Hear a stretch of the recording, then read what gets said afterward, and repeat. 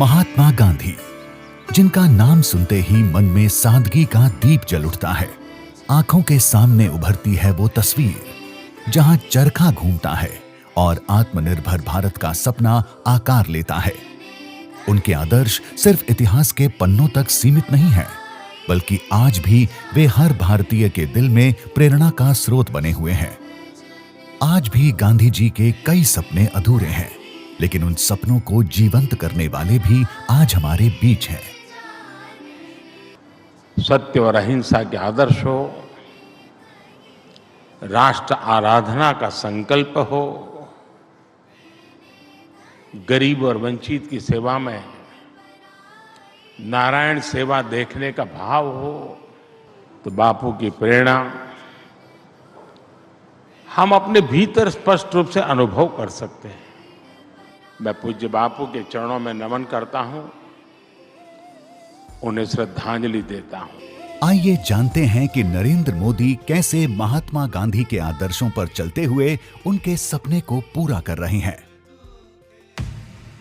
वडनगर के गांव की मिट्टी में खेलते हुए नरेंद्र ने बचपन से ही गांधी जी को न सिर्फ पढ़ा, बल्कि उनके विचारों को गहराई से समझा। नरेंद्र भाई के जीवन में गांधी जी का प्रभाव काफी रहा। स्वाश्रयी जीवन का जो मूलभूत मंत्र महात्मा जी ने दिया, वो नरेंद्र भाई स्वयं उसके जीवन में उपयोग करते रहे। गांधी जी के विचारों ने उनके जीवन में सकारात्मक ऊर्जा भरी, जिसे उन्होंने सामाजिक और राजनीतिक जीवन में अपनाया। उनके जीवन पर कई गांधीवादी व्यक्तियों का गहरा प्रभाव भी रहा, जैसे वडनगर के गांधीवादी शिक्षक शंभू भाई रावल के आदर्श, मकू भाई सिंह सोनी के प्रेरणादायक गीत, भावनगर के समाज सेवी ठक्कर बाबा की सीख और डॉक्टर द्वारका दास जोशी की गांधीवादी सोच ने नरेंद्र मोदी के जीवन को गहराई से प्रेरित और प्रभावित किया। नरेंद्र मोदी का महात्मा गांधी के शिष्य आचार्य विनोबा भावे से भी संपर्क रहा।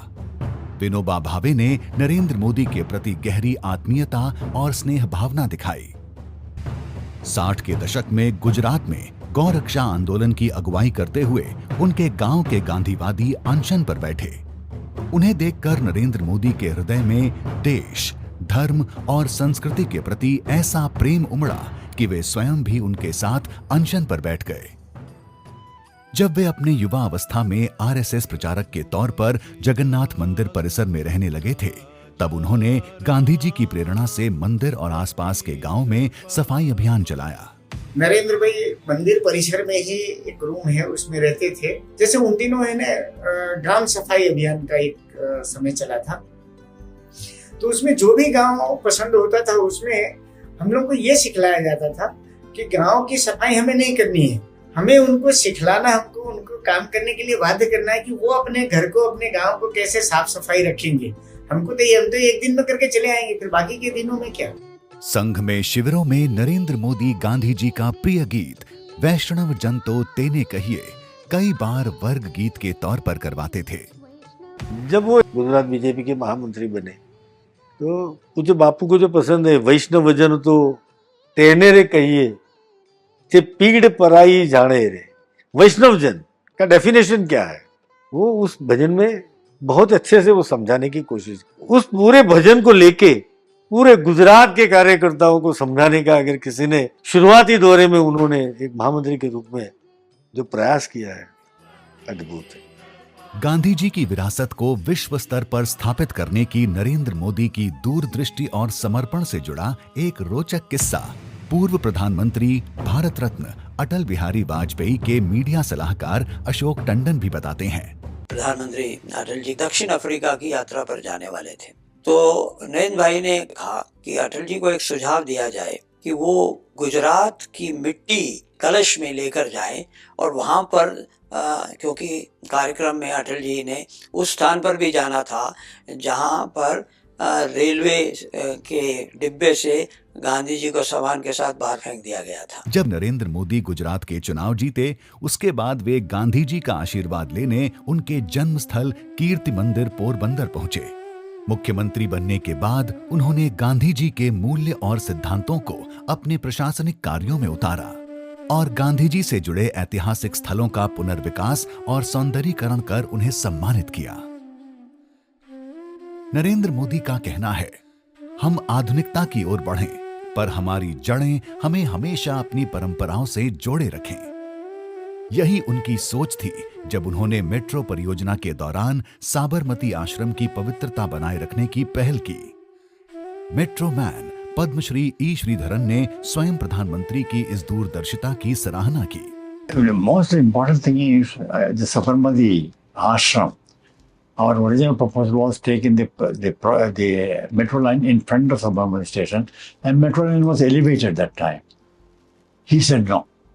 This will create a lot of vibration, not vibration, noise, and distraction for the people who come to us. So this will be shifted. You take it anywhere else, but not in front of our Sabarmati station.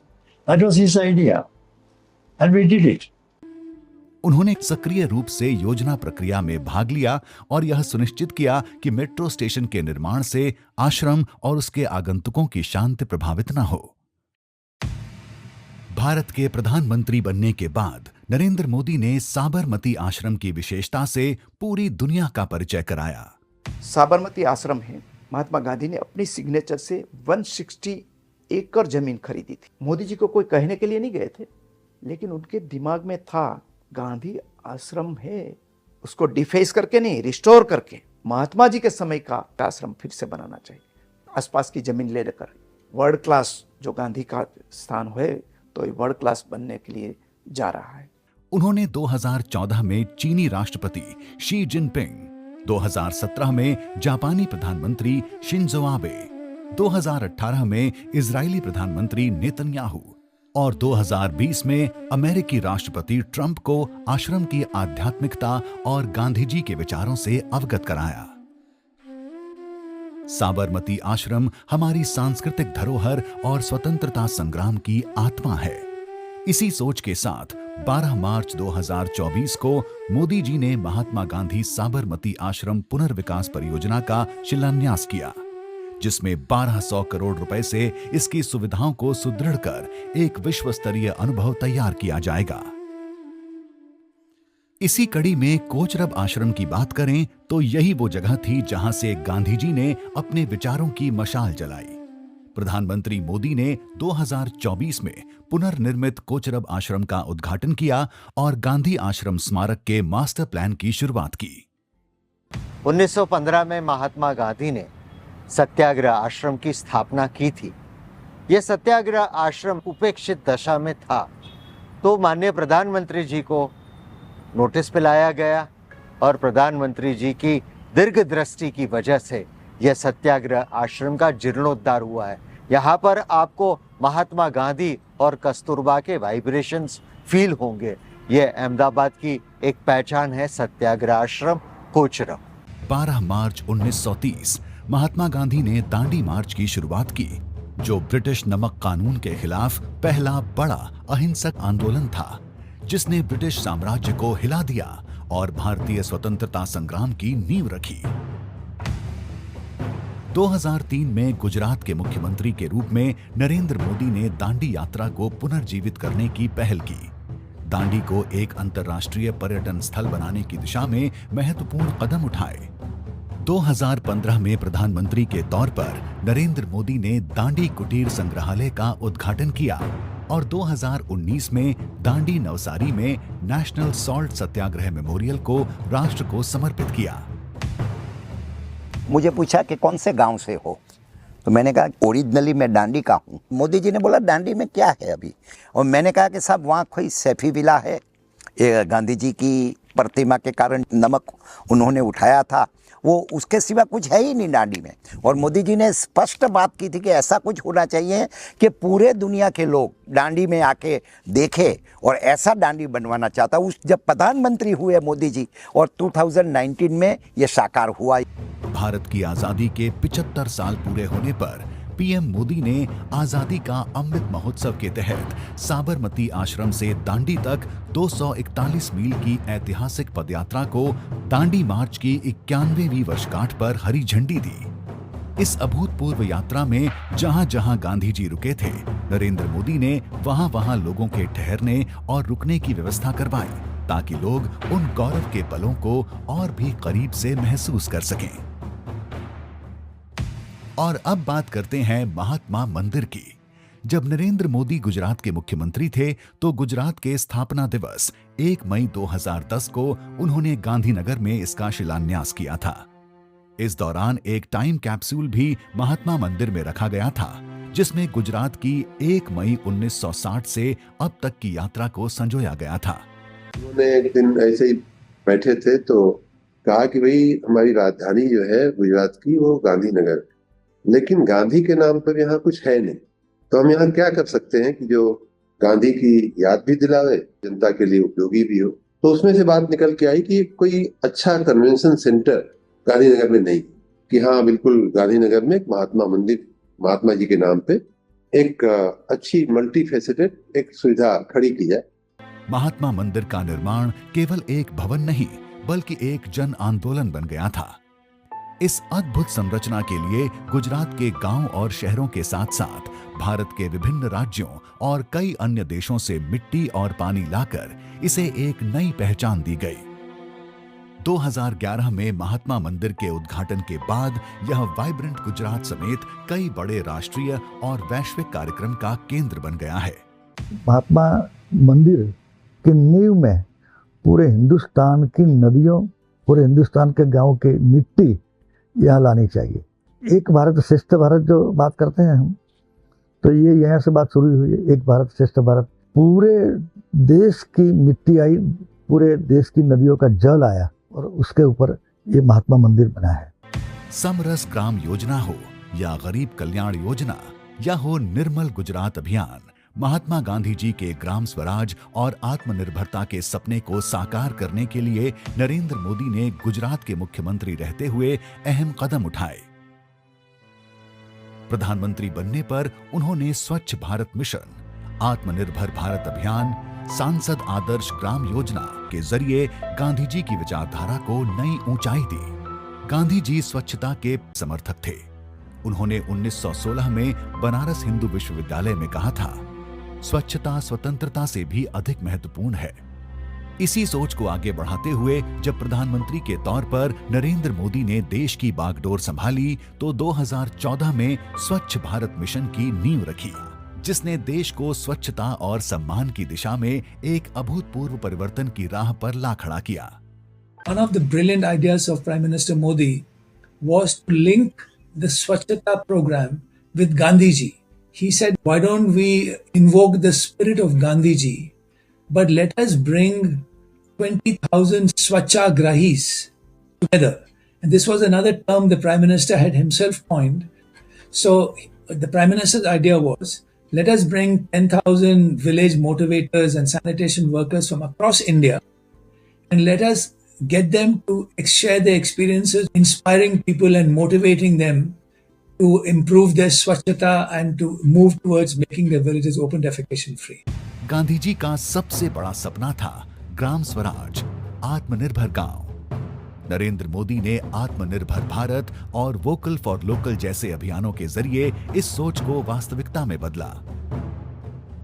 Gandhi ji khadi को आत्मनिर्भरता और स्वाभिमान का प्रतीक मानते थे। नरेंद्र मोदी ने खादी को नई पहचान दी। गुजरात के मुख्यमंत्री रहते उन्होंने खादी को प्रोत्साहित किया और प्रधानमंत्री बनने पर khadi for nation, khadi for fashion का नारा दिया। उन्होंने खादी को ग्लोबल पहचान दिलाकर ग्रामीण उद्योगों को मजबूती दी और आत्मनिर्भर भारत का सपना साकार किया। 2 अक्टूबर 2019 महात्मा गांधी की 150वीं जयंती। इस ऐतिहासिक अवसर पर प्रधानमंत्री नरेंद्र मोदी ने बापू के विचारों और शिक्षाओं को दुनिया भर में प्रसारित किया।